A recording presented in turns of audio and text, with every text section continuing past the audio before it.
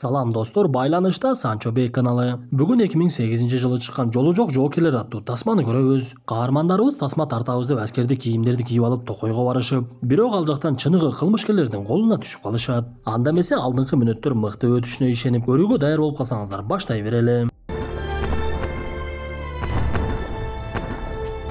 1969 Америка өлкөсү Вьетнамга атайын даярдалган 10 жоокерин жөнөтөт. Алардын максаты вьетнамдыктар тарабынан туткунга түшүп калган Тайбек деген жоокерди куткарып чыгуу болчу. Бирок бул окуяда 4 гана жоокер кайтып келип, төртөөнүн үчөөсү болгон окуя тууралуу китеп жазууну чечишип, экөөнүн китеби элге калың тарап, анын бирөөсүн алып ошол китеп боюнча тасма тарта башташат. Анда биз окуяны башынан көрө баштайбыз. 3 учак менен америкалык жоокерлер көздөгөн жерине жетишип, ал жакта аткылай башташып, ар тарапты жардырып, душмандарды жок кыла башташат. Бирок вьетнамдардын саны көп болгондуктан америкалыктарды оңой эле кыра баштап, алар аркага чегинүүгө туура келип, куткарабыз деп келген Тайбекти унутуп эле дароо качып жөнөштү. Бир мезгилде учакка олтурган жоокерлер Тайбектин өзү качып келе жаткандыгын көрүшүп, бирок ал алыска бара албай душмандардын огуна учуп жарадар болот. Жоокерлердин бирөөсү аны куткарууга жөнөп, бул учурда душмандар тараптан жарылуучу заттар ыргытылып, Тайбек ал жерге келген тарапташтарын куткаруунун аракетинде жарылуучу затты колу менен тосуп, аны куткарууга келген жоокер Тайбектин колун караса эки колу тең гүлгө окшоп ачылып калыптыр. Анда куткарууга келген жоокер кайгысына чыдай албай ошол жерде эле өңгүрөп ыйлай баштап, Тайбек дагы өлөрүн түшүнүп кайгыга батып, бирок такыр эле көзүнөн жаш чыгып ыйлай албай койду. Көрсө бул болуп жаткан окуяны жөн гана тасмага тартып жаткан учур экен.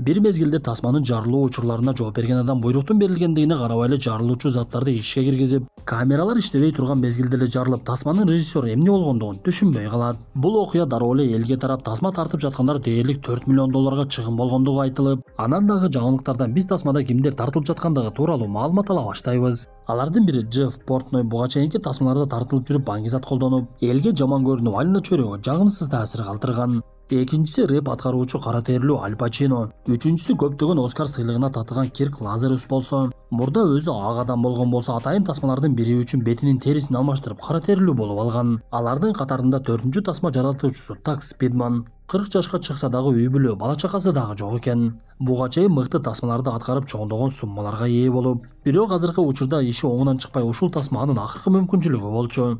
Эгер бул тасмадагы ийгиликтүү болбой калса, Спидман такыр эле жылдыз болбой калмак. Ошондуктан анын жардамчысы Коди ага коңгуроо кылып жагдайды түшүндүрүп, мен сенин тасма жаратууда ыйлай албай жаткандыгыңды уктум, мындай нерсе кылбагының. Бул тасма сенин акыркы мүмкүнчүлүгүң экендигин билесиң. Андыктан аракетиңди жакшылап жаса деп болгон кеңешин айтат. Бул убакта тасманын жаратуучусу Демиан демөөрчүнүн алдында болуп жаткан окуяларды түшүндүрүп жаткан. Анда демөөрчү бай адам Лес Кроссман режиссерго катуу жини келип, жанындагы адамга аны бастырып салчы деп буйругун берет. Мындан соң Лес Кроссман Демианды катуу тилдеп, сен сөзсүз тасманы аягына чыгарышың керек. Мен эмне сага акчаны жөн эле бөлүп жатамбы, тасма аткаруучуларды жакшылап иштетсең боло. Алар эмне жөн эле ойноп акча алабы десе, алардын арасынан бирөөсү сөз баштап калат. Көрсө бул колу жок адам Вьетнамдагы согушка катышкан чыныгы жашоодогу Тайбек экен. Тасма ошол Тайбектин китебинин негизинде тартылып жаткан. Ал каармандарыбызга өзүнүн оюн айтып, силердин тасма аткаруучуларыңар чыныгы согуштун жүзүн көрсөтүп бере албай жатышат. Андыктан бул жолго башкача барыш керек, менде чечими бар. Аны угасыңарбы десе, эч ким ага көңүл дагы бурмай коет. Кечинде болсо Демиан урушту угуп, маселени кантип чечүүнү билбей жаткан эле. Бир мезгилде согуштун ардагери Тайбек аны дагы бир жолу чакырып, бизге кичинекей камералар керек. Мен атайын бир жайды билем, камераларды ошол жака жашыруун орнотобуз. Сенин назик болгон тасма аткаруучуларыңды ошол жака ташташыбыз керек. Ошондо чыныгы токойдо чыныгы эмоциялар чыгып, тасма жакшы аткарылат. Сунушума кандай карайсың десе, айласы кеткен Демиан дароо эле макулдугун берет. Ошентип 4 тасма аткаруучунун 5-чиси кылып Кевин Сандацкиди дагы кошуп алышып, учак менен каармандарыбызды атайын буга чейин даярдалган жерге алып барып түшүрө башташты. Алардын жанында Демиан дагы калып, учак кайрадан көтөрүлүп кетип, Демиан каармандарыбызга толугу менен түшүндүрүп, биз бул жерге атайын жашыруун камераларды орнотуп койгонбуз. Эсиңерде болсун, тасманы толугу менен тартып бүтмөйүнчө бул жерден кетпейбиз. Мен силер менен сүйрөлүп жүрө бергенден чарчадым, өз милдетиңерди мыкты аткарбай жатасыңар. Мына эми чыныгы согуштун атмосферасындай кылып өзүңөр билбеген токойго түштүңөр. Учак менен байланыш бир гана менде бар. Маселени чечкенден кийин гана учак бизди алып кетет. Мага уюлдук аппараттарыңарды бергиле деп бардыгын уюлдук аппаратын алат тагып талкалап салды. Бирок бир мезгилде эле Демиандын жердеги жарылуучу затты басып алып жарылып кеткендигин көрөбүз. Муну көргөн каармандарыбыз бир аз убакытка түшүнбөй эле унчукпай туруп калышып, бул деген атайын эле Демиандын жасаганы спецэффект деп коет. Ал бизди жалгыз калтырууну каалады окшойт. Бул башты карасаңар, бул калп эле жасалган баш. Мен мындай нерсени көп жолу көргөнмүн деп башкаларга түшүндүрүп берип жаткан мезгилде, алардан алыс эмес жерде жергиликтүү жарылууну уккан кылмышкерлердин жүргөндүгүн көрөбүз. Алар мылтыгын көтөрүп алышып, каармандарыбызды күзөтүшүп, каармандарыбыз башты ойноп жаткандыгын көрүп, булар деги кандай адамдар, өлүмдөн коркпогон немелер окшойт деп жүрөктөрү түшө баштайт. Бул убакта учактын башкаруучусу менен Тейбек алыста тасманын тартылуусун бүтүшүн күтүп жатышкан. Алар буга чейин ар тарапка жарылуучу заттарды орнотушуп, согуш тасмага ылайыктап коюшкан болчу. Бир мезгилде эле кылмышкерлер каармандарыбызды аткалай башташып, алар жашырынганга жетишип, октор чыныгы эле октойго Демиан тасмага өтө олуттуу киришкен окшойт. Кана эмесе биз дагы аракетибизди баштайлы деп ар кандай ыйыкмалар менен жанагы кылмышкерлерди аткалашып, муну көргөн кылмышкерлер чынында эмне болуп жаткандыгын такыр түшүнүшкөн жок. Бир мезгилде эле жанагы атайын орнотулган жарылуучу заттардын бири жарылып, кылмышкерлер ал жерден качууга туура келип,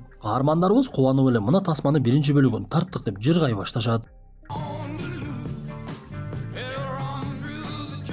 Алар ошентип чындап эле өздөрүн жоокер сезишип сапарын улап, бул убакта учактагылар Демиан менен такыр эле байланышка чыга албай алардан кабар алып келели деп жөнөшүп, Демиандын жарылган жерине барышып эле экөө бири-бирин күнөөлөй башташат. Анткени жарылуучу заттарды учактын башкаруучусу орноткон эле.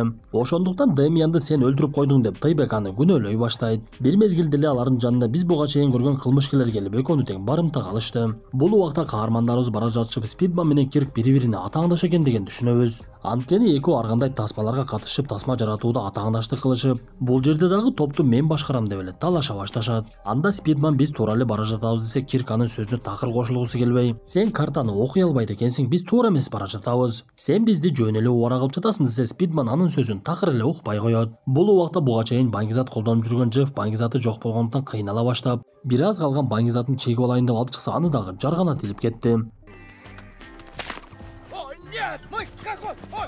Ошентип Джефф баңгизатсыз калып, денеси кызып кыйнала баштап, акыр аягы жанагы баңгизатын илип кеткен жарганатты кармап жеп салат. Бирок бул нерсе ага жардам деле бербеди окшойт. Бул убакта Спидман менен Кирктин араздашуусу уланып, алар такыр эле экиге бөлүнүп, Спидман топтон бөлүнүп, мен анда кетемин деп жалгыз кетип калат. Бул убакта кылмышкерлер учактагыларды өздөрүнүн бөлүкчөсүнө алып келишет. Көрсө булар ал аймакта баңгизат менен алектенген жалындуу ажыдар деген атайын кылмыштуу топ экен. Бул убакта эки тарапка бөлүнүп кеткен каармандарыбыз эки жакка жөнөшүп өтө узак жол басышып, кылмышкерлердин тобу алардын артынан түшүп изи менен жетүүгө аз эле убакыт калат. Биз ушул жерде согуштун ардагеримин, согушта эки колумду жоготконмун деп китеп жазган Тейбек жөнүндө чындыкты билебиз. Көрсө ал эч кандай Вьетнам согушуна катышпай эле аскердик кызматты дагы өтөбөптүр. Согуш жөнүндө жазган китеби болсо бардыгы анын оюнан чыккан экен. Бул нерселердин бардыгын ал туткунга түшүп байланып олтурган жеринен жанындагы шеригине айтып берет. Бул убакта караңгы кирип, жамгыр жая баштап, Спидман атайын далдоо жерди ырастап, ал жерде өзүн өзү алаксытып олтурган мезгилде түшүнүксүз бир кыймыл башталды. Анда каарманыбыз бычагын алып, аюунун келип калгандыгын көрүп, аны сайып өлтүрүп салып, бирок эч кандай аюу эмес эле адамга зыяны жок панда экендигин көрөт. Бул окуядан кийин Спидман өзүнөн кетип, жапайы адамга айланып, кийимдерин дагы алмаштырып, панданын терисин башына кийип, буга чейин Демиандан жашырып жүргөн уюлдук аппаратын алып, Кодиге коңгуроо кылат. Ошол убакта эле каарманыбыздын артынан кылмышкерлер келип аны кармап кетишти.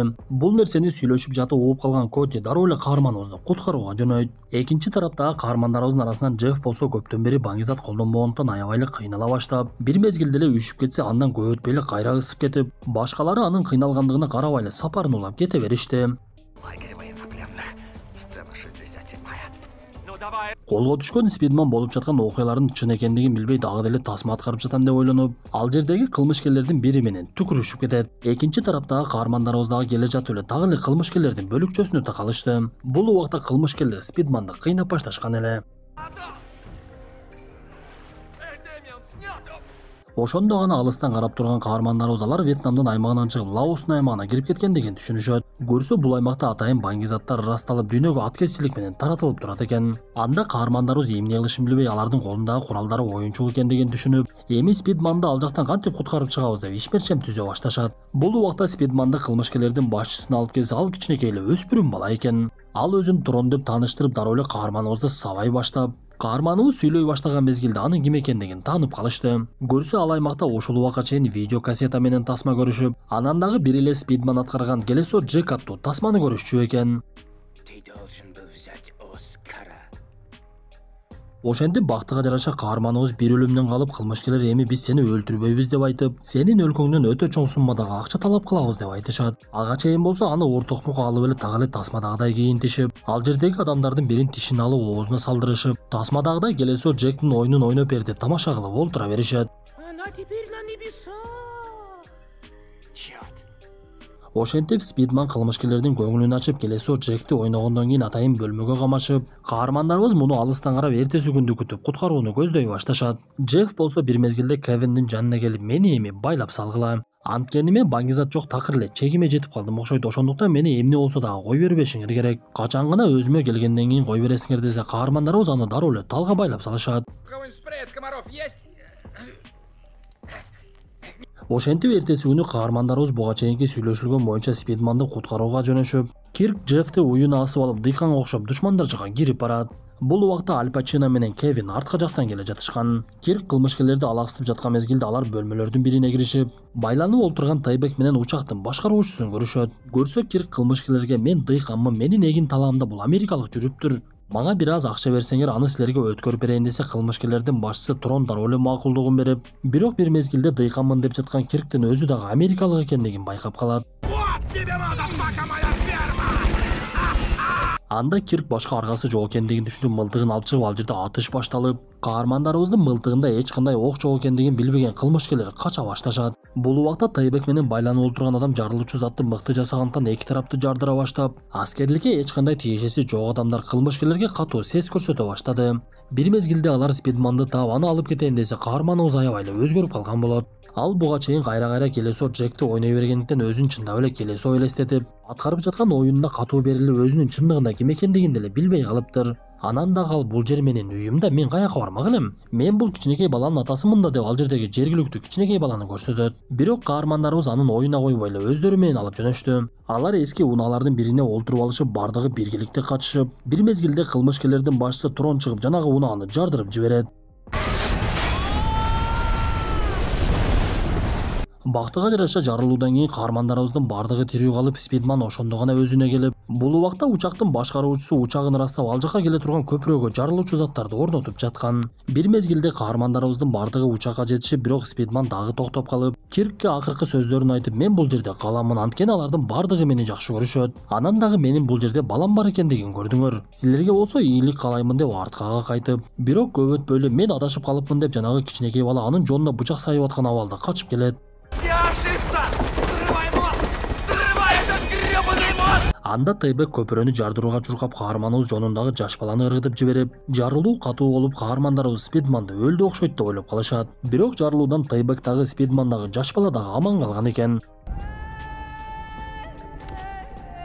Анда Спидмандын учакка келе албастыгын түшүнгөн Кирк дароо эле ага жардамга барат.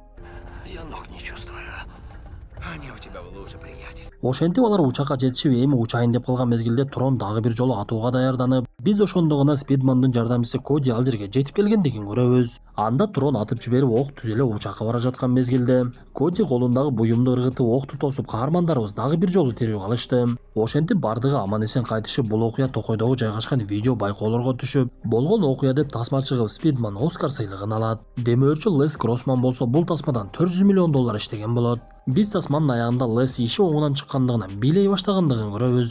Достор, ушундай мүнөттөр менен бүгүнкү тасмабыз дагы аягына чыкты.